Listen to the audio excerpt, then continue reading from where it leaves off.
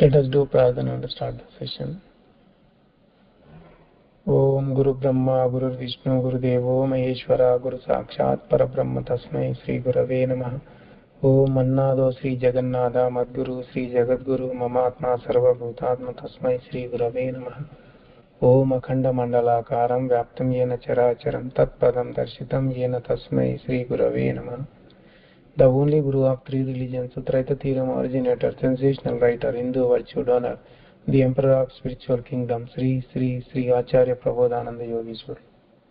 We are learning Traita Theorem Bhagavad Gita interpreted by Sri Acharya Prabodhananda Yogeshwar. So we are in 14th chapter, Purushottama prapti yogam from Traita Theorem Bhagavad Gita. Last week we learned up to 13th Slokams. So let us recap the meaning what we learned.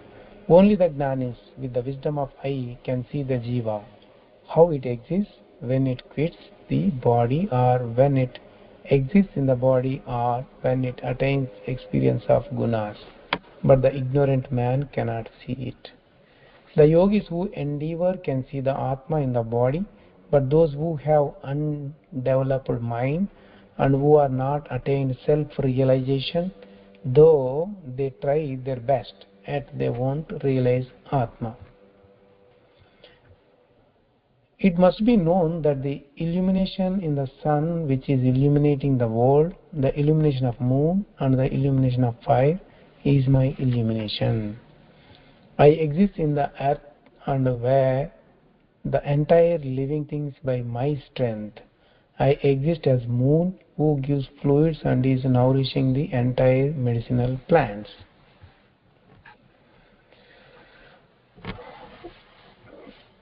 Let us move on today and learn from 14th Slokam onwards. 14th Slokam is talking about Atma, immortal soul. Aham Vaishwanaro Bhutva Praninam Dehamashritaha Pranapana Samayuktaha Prachamyannam Chaturvidham. So what is he saying here? I am the fire calling Vaishwanara in all living bodies and is burning by the prana and apana wind for digesting the four kinds of foodstuffs. So the conscious energy is given by Paramatma, that is utilized by Atma. Atma will make a mobility to the body. Atma and Jivatma both exist inside the body and they are the portion of Paramatma. They do their own work. Jivatma, which is a mortal soul, it will experience happiness and sorrow, and the Atma is the one which will take care all the activities of the body. So, and also, as the consciousness of Atma is working in one matter in the body, but is working in another manner, as the consciousness of Atma is working in one manner in the body, but it is working in another manner as another power from the glands. The saliva, so which oozes from the mouth, right? So the saliva, which is secreted from the saliva glands, is a glorious fluid. The pancreatic fluid, which is secreted from the pancreas, and the bile from the liver are powerful. When all of them are combined together, it forms a powerful fire. So that is why it is called Vaishwanara also. Vaishwanara also. So the combined strength of three fluids is powerful. Owing to this, the four kinds of foodstuffs in the stomach are digested. So when you put four kinds of stomach, that is getting digested because of these powerful acids inside the body. As the limestone, when you put water on the limestone, so it will break down completely, right? So a similar way here also, the powerful acids digest the food completely. So nothing will remain over there. The eatable food of us exists as 4 parts. So the food which we are taking consists of 4 kinds: carbohydrates, proteins, minerals, lipids and oils. These 4 kinds of materials which are in the eaten food of us daily are digested by the fluids. The fluids inside the body makes the digestion of the food which we take into the body, into the stomach. These 4 kinds of materials which are in the eaten food of us daily are digested by the fluids. These fluids are made by the power of Atma. Atma is the one which is making the fluids. Here there is a noticeable information that is provided by Swami to us. Let's see what is that. So many people, what they did, they interpreted Bhagavad Gita and they wrote like that. There are the 4 kinds of the foodstuffs called Bhaksha, Bhojya, Lehya, Chosya.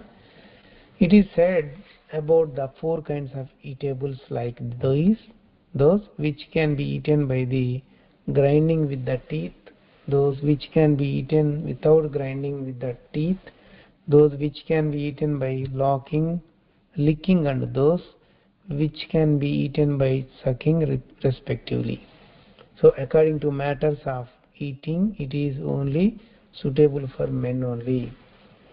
That means for only human beings.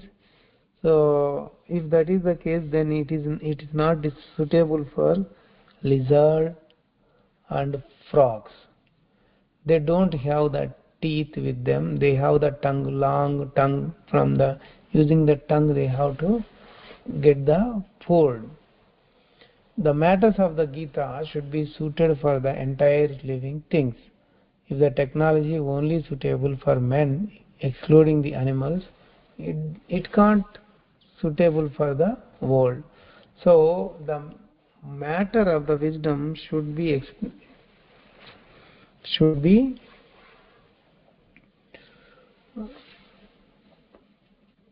so. If the teaching only suitable for men, excluding the animals, it can't suitable for the world. In order to be suitable for the world, so the matter should be applicable to every creature. So if somebody says that these are the 4 kinds, like eating with the teeth, swallowing, something like that, right? So that is applicable to only uh, human beings, not to entire living things. Okay, the world teacher doesn't exist in accordance with the number of disciples, number of disciples. So if you want to say somebody as Jagadguru or worldly teacher, it does not come with the number of students. Okay, it will come with the power of teaching only. So Lord Krishna did not have any disciple, but he became the Jagat Guru. Okay, Guru of the world he became. His teachings can't be narrowed by narrowed by anyone. The 4 kinds of foodstuffs are needed for the entire bodies. These are in their food. If we do not say like that, the carnivorous animals only ate the eatables, which are grinded by the teeth. They don't eat the eatables like lehya, bhojya and chosya. That is the 14th Slokam. Let us move on to the 15th Slokam. Sarvasya chaham hrudi sannivisto mattah smriti gnanam api vohanancha Vedaicha sarvairahameva vedyo Vedanta krudveda videva chaham. This slokam is also talking about the Atma. So Atma is saying that I am seated in the heart of the living things. The memory, smriti, wisdom, jnana and the new ideas, uha and its forgetfulness are getting by me.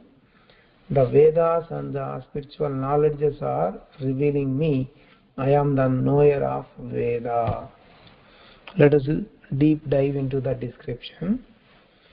Some people misunderstood Hrudi, the meaning of the Hrudi or Hridaya. So they thought that Hrudi means the heart. Hrudi means heart, which will make the lab dub sound, right? So Swami is saying that we said so many times that Hridaya is not the heart. In the spiritual science, Hridaya means Brahmanadi, big nerve. So Atma is going to reside inside the Brahmanadi of every living creature. So it is said in the above verse, Sarvasya Chaham Hrudi Sannivishto. In the body, Jivatma and Atma exist separately. So they are separate, they have their own tasks. Jivatma doesn't do anything, Atma will be doing everything on behalf of the body. But it is under illusion as doing all works. Really, Atma is doing all works.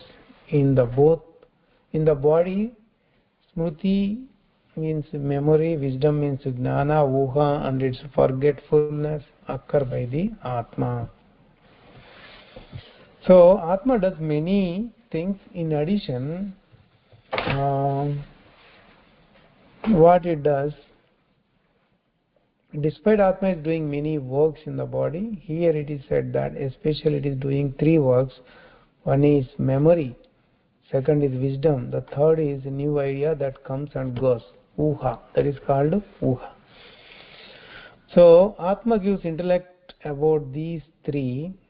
Here all think that uha means considering jnana means mundane knowledge, and smriti means memory, and these three are occurring by the mind. Really these three are not occurred to the mind. First Atma gives intellect, memory, wisdom and uha. So all three first goes to the buddhi here.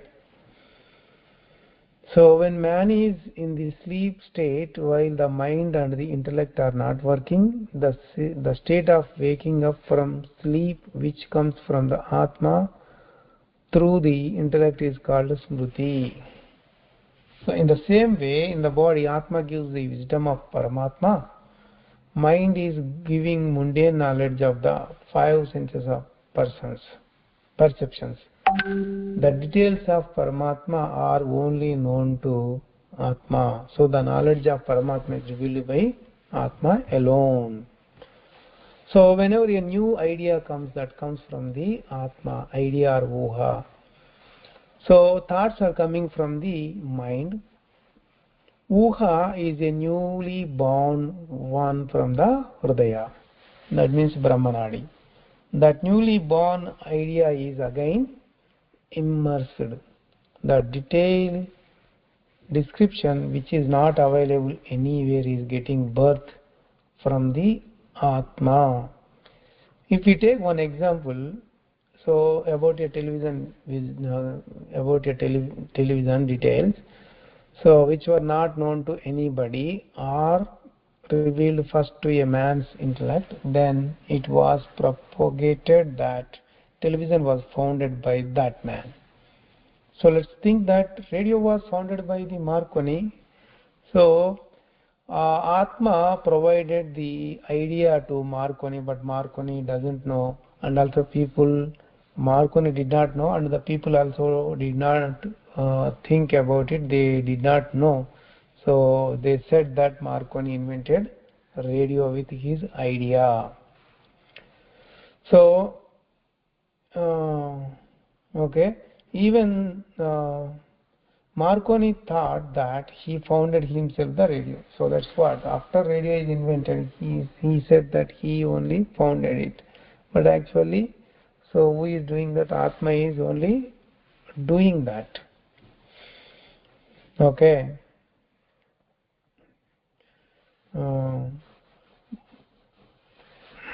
So in the same way, aeroplanes, trains, computers, everything, to invent them, first the idea comes from Atma to the intellect.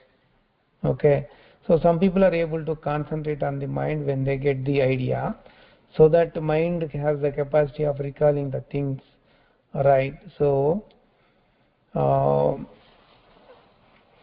uha which is moved in the hriday of man, again is forgotten.